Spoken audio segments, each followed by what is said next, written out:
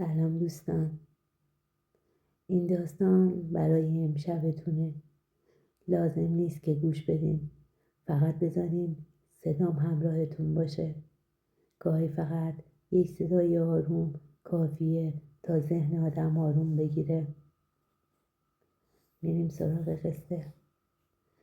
روزگاری پیرزنی بود که آرزو داشت بچه‌ای داشته باشه، ولی هیچ وقت ازدواج نکرده بود و حالا تنها در کلبه‌ای خالی کنار جنگلی تاریک زندگی میکرد.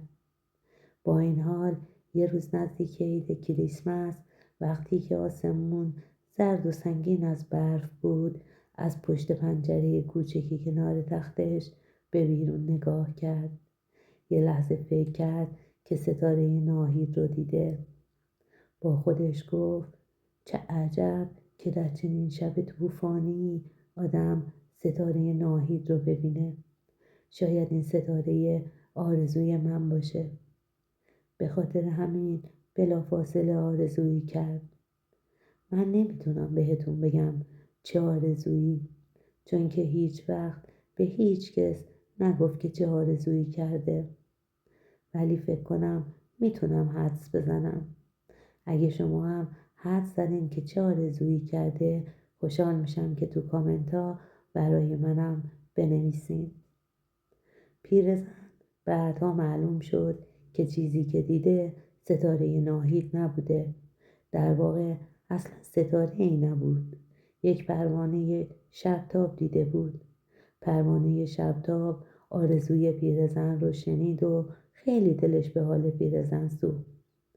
برای همین به جای پرواز کردن که همه پروانه های شبتاب می رفتن که نور بگیرن، در اونجا به دوستاش گفت که چی شنیده. اونا هم قبول کردن که کمکش کنن. اون شب از آسمون سیاه روی زمین سیاه برف بارید تا وقتی که انگار به شکلی جادویی زمین سفید تر شد. صبح که شد دنیای متفاوت شروع شده بود. پیرزن از خواب بیدار شد. شالش رو دور خودش پیچید، بعد بیلش رو برداشت و برفای جلوی خونه رو پارو کرد. وقتی برفا رو یک جا کپه کرد، به کپه برفی که درست کرده بود نگاه کرد. پیش خودش لبخند زد. با خودش گفت فکر نکنم ستاره ناهید من رو به آرزوم رسونده باشه. پس خودم برای خودم یه بچه درست کردم. این رو گفت و از صبح تا شب با همون کپه برف یک بچه برفی ساخت. اونقدر طول کشید که شب شد. رفت توی کلبه و نشست. احساس تنهایی خیلی زیادی میکرد. به خاطر همین رفت دم در و به بچه برفی که خودش با دستای خودش ساخته بود نگاه کرد. به بچه برفیش گفت فردا کریسمسه. اون وقت من اینجا توی این دنیا تنهام و هیچ کس براش مهم نیست که من حتی مردم یا زنده. البته جز تو. تو هم که وقتی برف آب بشن دیگه نیستی. بعد رفت توی تختش و شمع کنار تختش رو خاموش کرد و خوابید. یه لحظه بعد از خواب پرید و بیدار شد. به بیرون پنجره‌اش نگاه کرد. صدایی میشنید شبیه صدای زنگ‌های کوچیکی که در دور دست‌ها جیرین میکردن و نور زرد عجیبی رو دور تا دور کلبه‌اش میدید. درست بالای سرش روی پشت بام کلبه همه پروانه های شبتاب دنیا جمع شده بودند. آخرین پروانه هم رسید. دور هم جمع شدن و خودشون رو شکل یک توپ درخشان در آوردن. لحظه بعد پیرزن چیزی دید که باورش نمیشد. یک توپ نورانی روی کپه برفیش شبیه بچه درست شده بود. پایین اومد. توپ نورانی روی قلب بچه برفی نشست. بعد روی همه تنش پخش شد و سر تا پاش روشن شد. در همین لحظه بچه برفی چشماشو باز کرد و به دور و برش نگاه کرد. پیرزن گفت تو این سرما اون بیرون چی کار میکنی؟ همین الان بیا تو. بچه برفی هم با پاهای لرزان از روی پایه برفی کوچیکش اومد پایین و تاتی تاتی کنون به سمت کلبه پیرزن رفت. پیرزن با عجله به سمت در دوید. در رو باز کرد. بچه برفی کوچولوش رو بغل کرد. اونو بوسید و محکم به دست‌ها و سینه‌هاش میفشرد. بعد گفت حالا من کریسمس امسال رو تنها نیستم. بچه برفی رو روی تخت خودش برد و پتو روش کشید و توی کلبه مشغول کار شد. همه چیز رو آماده کرد. صبح روز بعد بچه برفی که بیدار شد یه لنگه جوراب دید که به پای تخت آویزون بود. پیرزن گفت باید توی جورابت رو نگاه کنی و ببینی که بابا نوئل برات چی آورده. بچه برفی دست کرد توی جوراب و یه شکلات سکه‌ای در آورد با یک مرد چوبی و یک عروسک قدیمی که یک چشم داشت، با یک کلوچه گوش که روش یه تکه سیب بود. وقتی که بچه برفی همه هدیه هاش رو باز کرد و با اسباب بازیاش شروع به بازی کرد، پیرزن گفت حالا باید صبحونمون رو بخوریم. پس بچه برفی اون طرف میز قرار گرفت و خودش هم به روبروش رفت و نشست. کمی نون تست خوردن و کمی شیر گرم نوشیدن. در همین لحظه از بیرون صدای زنگ کلیسا رو شنیدن. پیرزن رو به بچه برفی کرد و گفت حالا وقتشه که ما هم بریم به کلیسا. برا همین کلاه و دستکش پشمی و جاکت بافتنی پشمی تن بچه برفی کرد و با هم رفتن بیرون. از وسط برفا گذشتن و به سمت کلیسای کوچک بالای تپه به راه افتادن. مردم توی کلیسا زانو زده بودن و دعا میخوندن. هیچ کس پیرزن و بچه برفی رو ندید که آهسته از ته کلیسا وارد شدن و روی نیمکت‌های ردیف آخر کنار هم نشستن. پیرزن و بچه برفی دستهای همدیگر رو گرفتن و بعد با بقیه مردم بلند شدن و سرود کلیسایی رو خوندن. پیش از اینکه مراسم تموم بشه بی سر و صدا بدون اینکه کسی ببیندشون از کلیسا بیرون رفتن. پیرزن و بچه برفیش در راه کلبه روی برفا خندیدند و داد زدند و به هم گلوله های برفی پرت می‌کردن و شادی می‌کردن.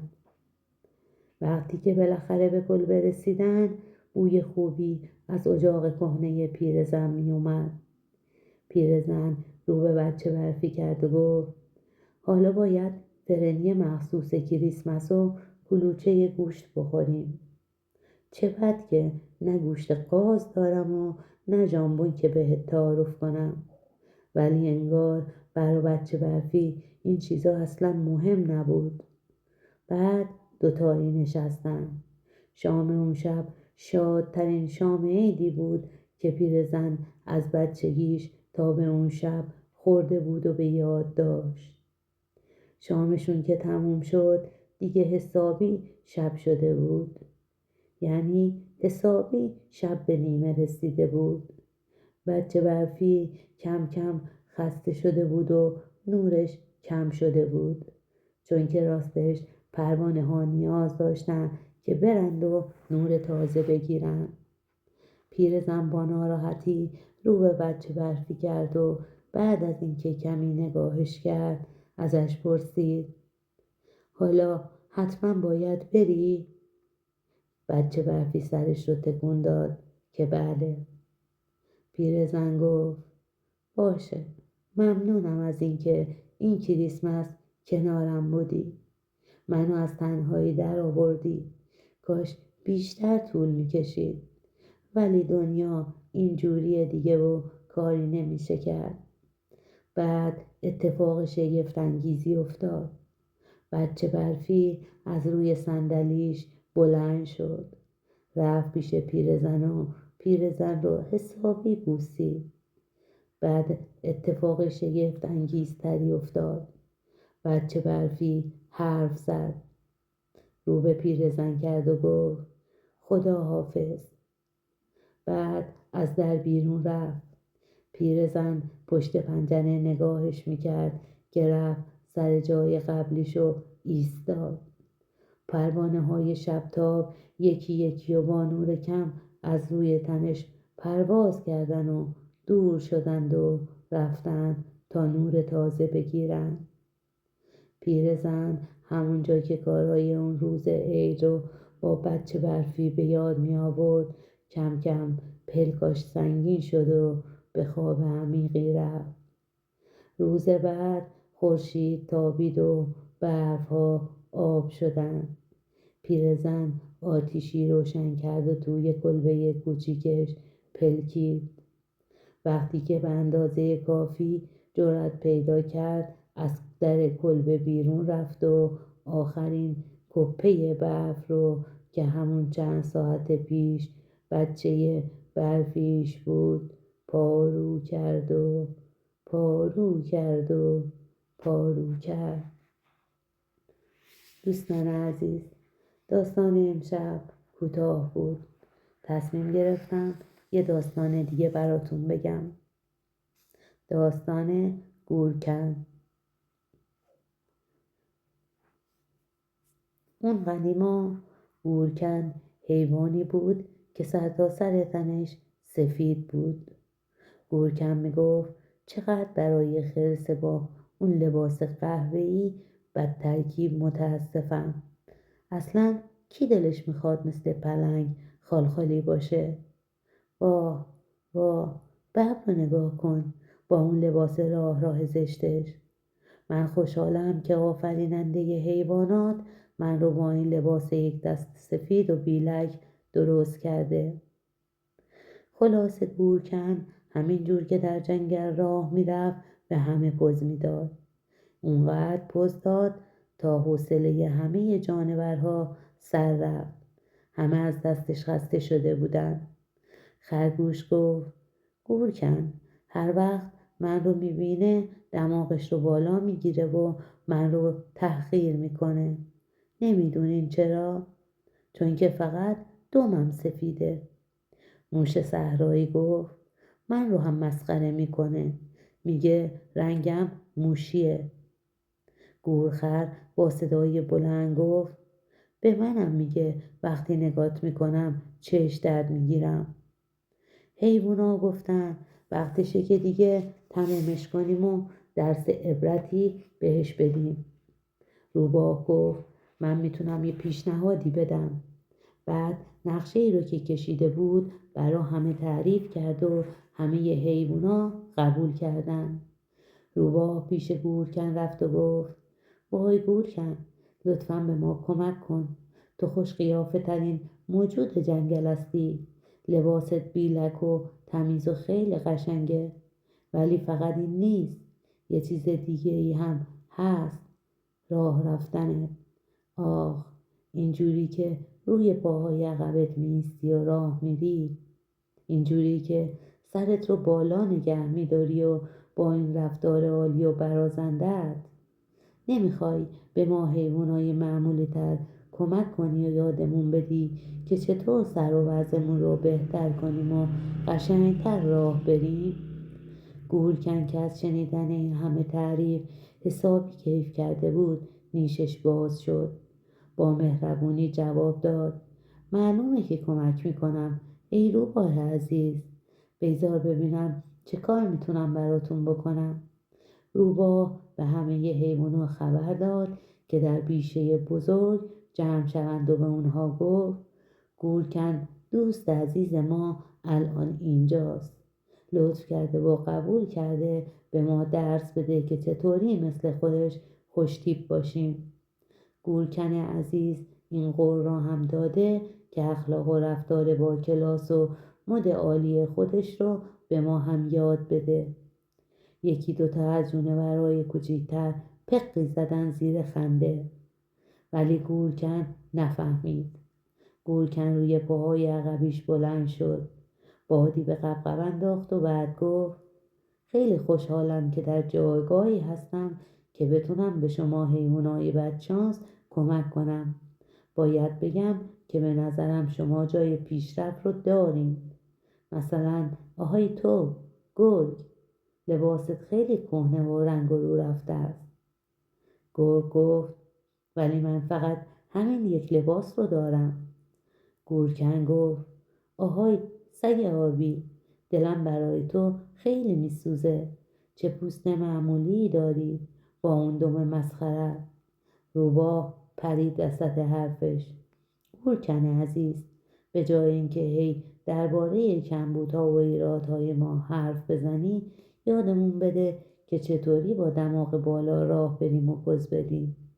یعنی همون کاری که تو میکنی و اینقدر با بقیه فرق داری. مثلا بگو چرا این لباس سفید بی لکه و اینقدر به تنت قشنگ نشسته؟ گورکن گفت با کمال میل. روباه گفت اصلا چرا توی بیشه قدم نمیزنی که بتونیم درست تماشات کنیم؟ گورکن گفت حتما. گورکن گفت بی اینکه به چیزی مشکوک بشم توی بیشه قدم میزنم. اگر غرور چشمهای گورکن رو نبسته بود، شاید میفهمید که موش و سمور و راسو دستشون رو جلوی دهانشون گرفتن و دارن کرکر میخندن. اگر با دقت نگاه کرده بود، شاید برق خوشحالی رو در چشم خیلی از جانورها میدید، ولی ندید. فقط دماغش رو داد بالا و با غرور روی پاهای عقبیش راه رفت. بعد گفت اینجوری باید راه رفت. ببینین من چقدر قشنگ و دلنشین با پاهای عقبم راه میرم. ببینین چطور حواسم هست که همیشه دمم رو خوب بالا نگه دارم. اینجا بود که گورکن تازه فهمید که روباه چه نقشه‌ای براش کشیده. روباه قبلش از حیوانات جنگل خواسته بود که ته بیشه یک گودال عمیق بکنن. گودال رو کنده بودند و با گل و ریشه گیاه روناس پرش کرده بودند. روی اون رو با شاخه های درخت و سرخس پوشونده بودند. گورکن که دماغش رو بالا داده بود، یک راست پا گذاشت توی گودال و تا گردن فرو رفت. گورکن داد زد کمک کمک، آه لباس سفید قشنگم، لطفاً یکی من رو از اینجا در بیاره، کمکم کنین دوستان. خب معلومه که همه جونوران بیشه به گورکن بیچاره خندیدن. همونطور که دست و پا میزد که کلش رو از توی لجن بیرون نگه داره، با انگشت به همدیگه نشونش میدادن و گورکن بالاخره خودش با تقلا از توی گودال بیرون اومد. وقتی به لباس سفید قشنگش نگاه کرد که گلی و رنگی و پر از لک شده، اونقدر بهش برخورد که زوزه رقت انگیزی کشید و از جنگل بیرون دوید. دوید و دوید تا به دریاچه رسید. لب دریاچه سعی کرد که لباسش رو تمیز کنه، ولی ریشه گیاه روناس رنگ خیلی تندی داره و هر کاری کرد نتونست لک‌ها رو پاک کنه. ناله کرد. با خودش گفت حالا چی کار کنم؟ لباس سفید قشنگم، غرورم، کیف کردنم، دیگه همه چی خراب شد.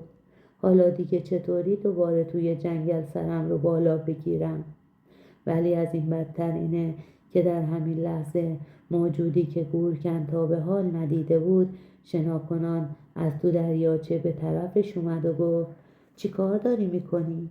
داری لباس کهنه کثیفت رو تو دریاچه بلوری و زلال ما میشوری؟ هری برو بیرون. گورکن زبونش بند اومده بود. نه فقط چون که عادت نداشت کسی اینجوری باهاش حرف بزنه، بلکه چون این موجود لباس خیلی قشنگی تنش بود و لباسی به سفیدی و بیلکی لباس سابق خود گورکن بود. گورکن پرسید: تو کی هستی؟ من قو هستم. حالا هم هری. ما دوست نداریم شما جانورهای کثیف رو این دور و بر ببینیم.